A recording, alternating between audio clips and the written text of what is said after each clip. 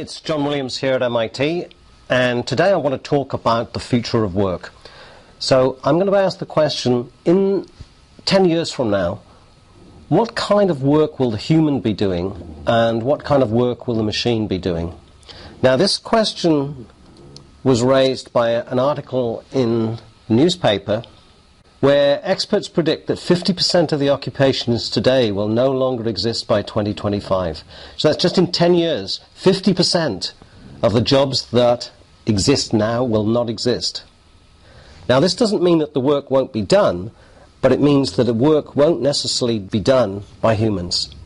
Now, let me take you back to 1997. And this is Garry Kasparov, who at the time was the world's best chess player.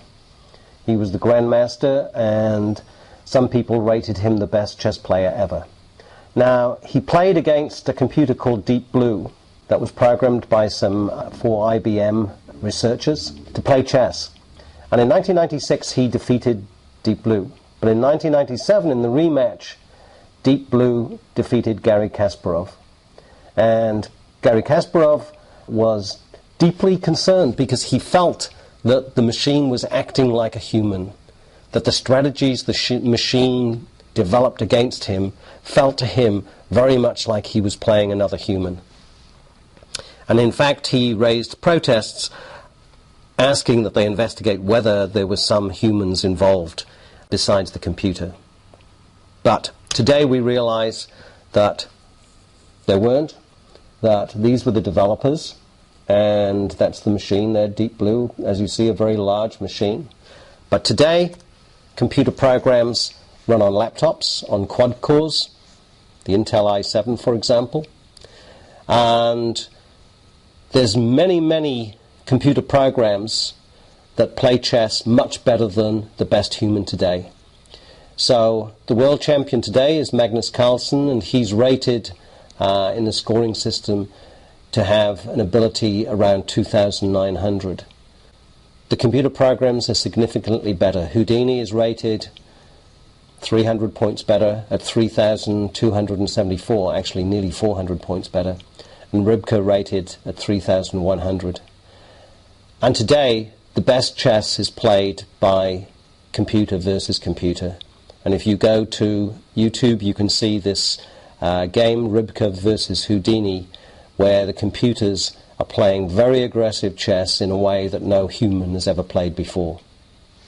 So this is at least one area where computers can outperform humans. But in 2011, Deep Blue, again, was playing Jeopardy. So this time, this is a general knowledge game, and it defeated the champions of Jeopardy at the time, and beat them quite handily. Here you see that it's got $77,000, where the challengers are down in the 20s. And so this raises the question for the future. What's going to happen?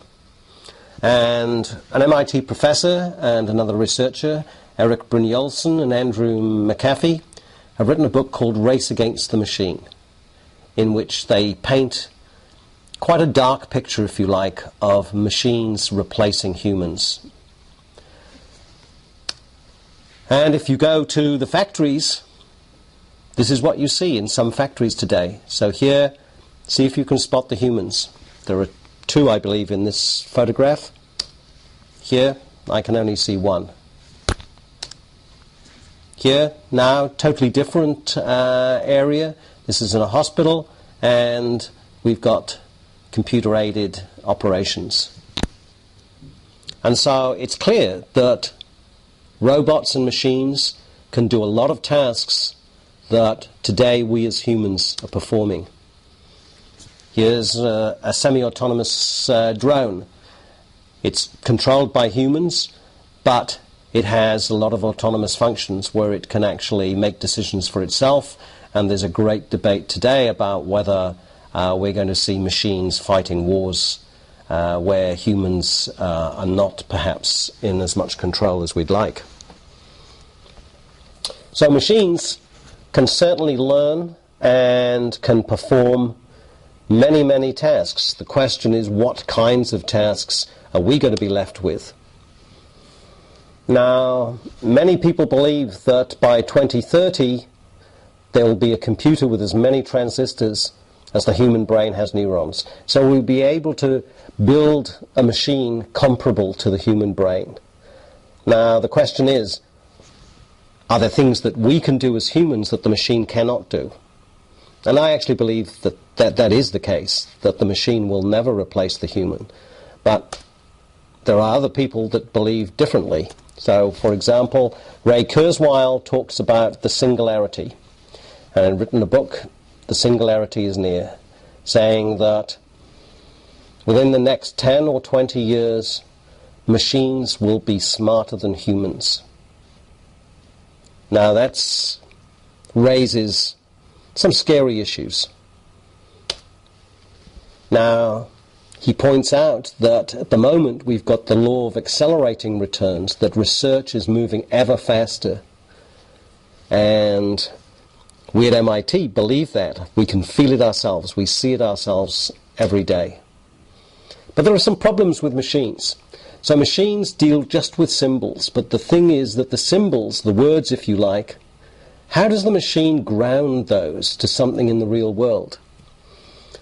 And Searle came out with what he called the Chinese room argument. He said, let me put myself in a room and I'll act like the computer. I can perform the instructions that the computer performs on the symbols. But you'll pass into me Chinese characters as symbols. And I don't happen to speak Chinese. However, I can follow the instructions.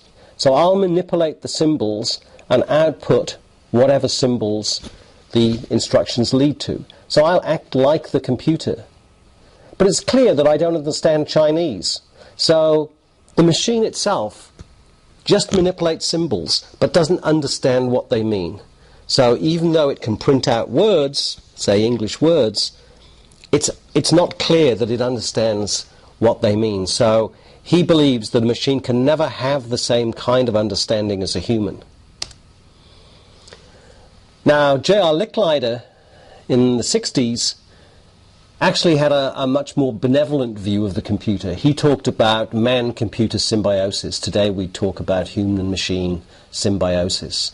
And I believe that this is the way to view it, that actually we'll work with machines. And the key will be what kind of work will we do and what kind of work will the machine do.